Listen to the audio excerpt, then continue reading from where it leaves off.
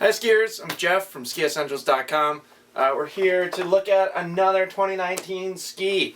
At this point we've gotten through quite a lot of 2019 skis, and we're definitely going to keep them going and keep the focus on next year's gear through the rest of the season, through the spring, through the summer, etc., etc., etc. Definitely some exciting stuff happening next year. Hopefully you've seen our 2019 reviews so far, and hopefully you agree that there's some exciting stuff happening. Before I dive into it, another reminder, we are still in the entry period for our Ski Happy contest. That's a photography contest. It's really, really easy to enter. We have, I think, $8,000 worth of gear, or even a little bit more than that. And 2 grand prize winners get their choice of 2019 skis from Blizzard, as well as 2019 boots from Technica. So, and there's a bunch of other stuff that's in those grand prize packages. But thought it was an appropriate time to mention that because you could win and you could take home one of these 3 skis. So this review, this is the 2019 Blizzard Rustler 9 review. Rustler collection in general was new for this season, and you likely saw our Rustler 10 review that was focusing on the 2018 ski. So if you saw that review, you might be looking at this blue ski in the middle and might be a little confused because the 2018 ski was gray. The color has changed for 2019 for the Rustler 10. It's now this nice blue. We still have plenty of the gray, so some options there for color choice. We've heard a little bit of varying responses on what people like. There's always personal preference for graphics. So you've got a couple of choices right now. The ski didn't structurally change at all. It's just that graphics update. So let's do a quick recap of Rustler line in general. This is basically their freeride collection. I think you could definitely call them all mountain freeride skis, maybe until you get to the Rustler 11, which is more of a kind of freeride specific, almost powder ski. But the 9 and the 10, to me they're kind of all mountain freeride skis. Definitely don't put them in your mind as just playful powder or soft snow skis, which I'll get to a little bit more, but they're more than that. So if you want to know more about the Rustler 10, you can go back and check out that review. In this review we are going to cover or focus on the 9. So quick summary of the Rustler collection's construction, because they do all share the same construction. There's a multi-layer wood core that uses 4 different types of wood. It's poplar, beech, paulownia, and bamboo. So you get some strength out of the poplar and the beech, and some lightweight, or help keep the overall weight of the ski down with that poplar and balsa, which are definitely materials that we see a lot of companies using. Maybe not a lot of companies combining 4 elements like that, and there's also a 5th element. There's some iso kind of synthetic material in there. Not much, it's mostly wood. Again, that's designed to keep the weight down, but definitely a cool blend of materials in the core of the ski, which definitely help. They all kind of work together to achieve the performance of these skis. The next key thing for construction to know is carbon flip core DRT. So flip core is something that Blizzard's been doing for a long time. Essentially, instead of building a ski in a cambered position and then rockering or bending the tip after, they're pressed into their rockered shape, which kind of helps retain some torsional stiffness, especially in the tips and tails. But carbon flip core DRT, you essentially have that multi-layer wood core that I just talked about, and then you have this sheet of metal underfoot. I'm going to do some close-up shots of this so you can really get a sense of what it's like. But a sheet of metal underfoot that tapers as it reaches the tips and the tails.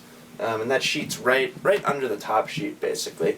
And then there's carbon fiber in the tips and the tails, essentially directional carbon fiber that's designed to kind of strengthen and quiet those tips and tails without needing the weight of metal up there. So kind of focusing on decreasing that overall swing weight, and I think they did a great job. So let's just dive right into performance here. If you go back and watch our Rustler 10 review, we talk a lot about the ski's playfulness, but the fact that it still is a ripping ski.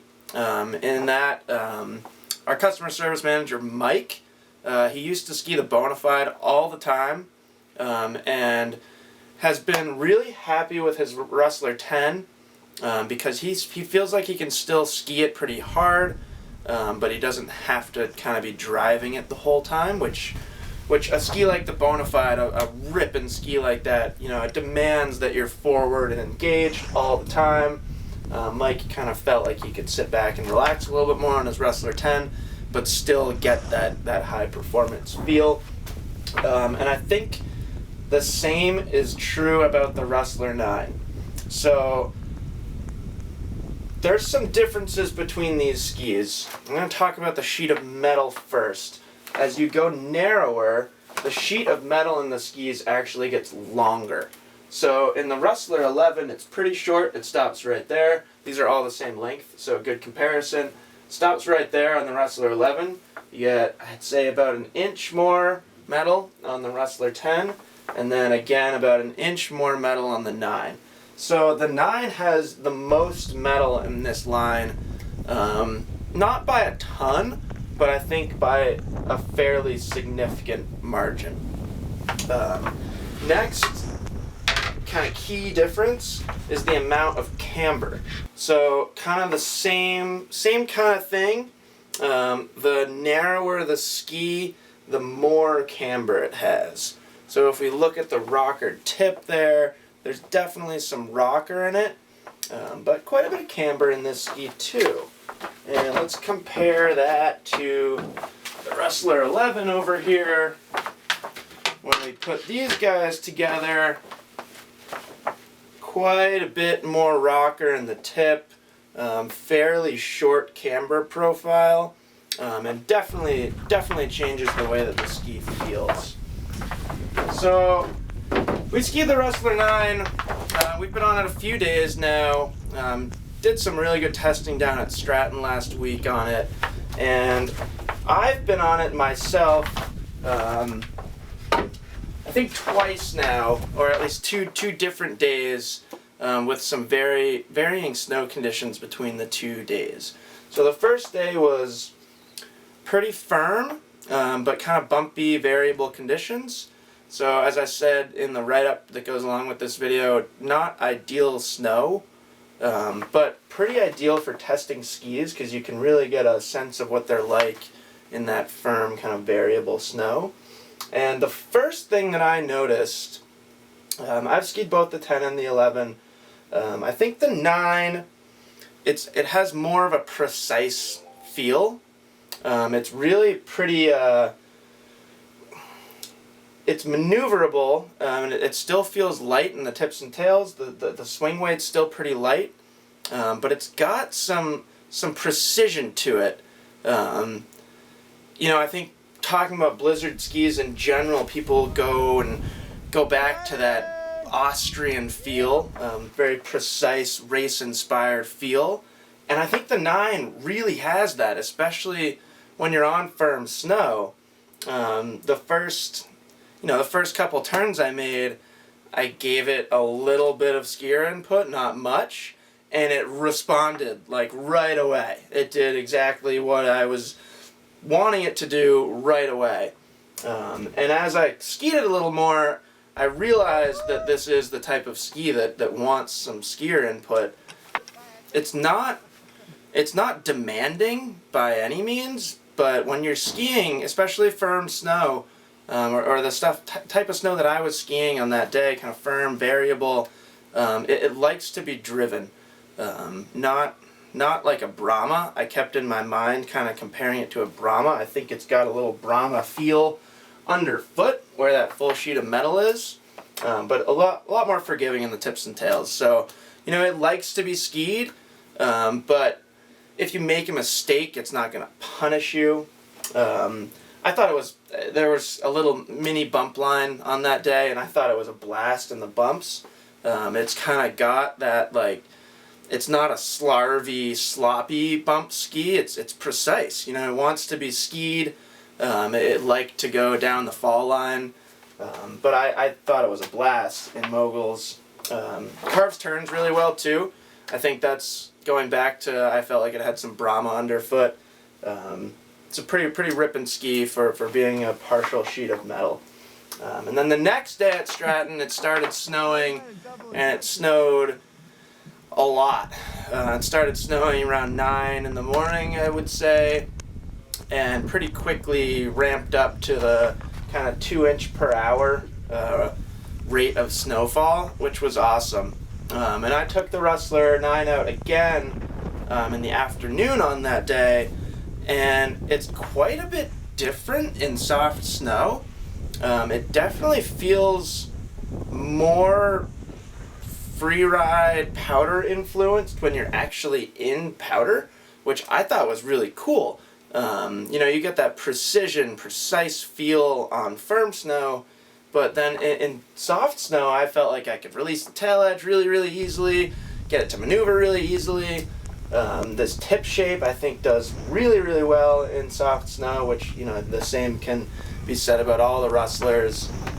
As the ski sinks through the snow, it does so very predictably, which is something you've probably heard me say about other skis, but I think when you have a nice, smooth, slight early taper tip, it's very predictable what it's going to do in soft snow. I thought unbelievably confidence-inspiring in soft snow. I felt like I could take really direct lines and throw the ski sideways really quickly. So super fun in soft snow, which really got me thinking. And there's a term in the industry right now, one ski quiver. I think it maybe gets thrown around too much, or it's kind of too vague of a term. But to me, this is like one of the best examples of a one ski quiver, because it has that firm snow performance, but then it's got some forgiveness. You know, if you want to cruise, you can cruise. You don't have to like really drive the ski all the time. And then it was a blast in soft snow. I mean, it's only 94 underfoot in the 180. Basically, as blizzard goes up in length, the widths change a little bit to kind of retain the feel and the performance of the ski. So in the 180, this is 94 underfoot. So, you know, I was comparing it to the Brahma, but in width, it's really in between the Brahma and the Bonafide. But a different animal, you know. It still definitely has that blizzard precise feel underfoot. Still very stable if you're like skiing fast over chopped up snow. But yeah, definitely a different overall ski than the, say, Brahma, Bonafide, Cochise line. And I think, you know, especially the 9 and the 10, they're hitting a really big target market or range of skiers. You have to be pretty aggressive, pretty advanced skier to really get the most out of the Brahma and the Bonafide and those skis. But you don't have to necessarily be a ripping hard charging skier to enjoy the Rustlers. I think they're great skis, and I think the 9 really rounds out the collection nicely. I think it was kind of easy, especially the 11, but the 10 and the 11, I think it was fairly easy to say, oh no, those are just powder skis. But you throw the 9 in there, and it's more of a full collection, and I think complements the existing Blizzard skis really nicely. Giving a little bit more playful feel, a little bit more forgiveness, a little lighter weight feel, definitely in terms of swing weight, but it's still definitely got that Blizzard Austrian heritage, so still ripping skis. So we're pretty excited about all these skis. We'll definitely be skiing the 9 a lot more. This will definitely be in our 2019 ski tests, which the results from that will be released in the summer. Just like we did with our 2018 ski test, but we're all thinking this is going to be a phenomenal ski for Stowe. We're based here in Stowe, Vermont, and 9,400 foot, a little bit of metal, some rocker tips and tails. That sounds pretty darn good to us as kind of a daily driver ski for Stowe. So yeah, Rustler 9, brand new addition to the Rustler collection. Definitely check them out. Let us know if you have any questions about them. If you want to kind of get some more info on how we think the feel compares to the 10 or the 11, definitely leave us some comments on this video or on the article. And yeah, we will see you guys on the slopes. Have a great rest of your season.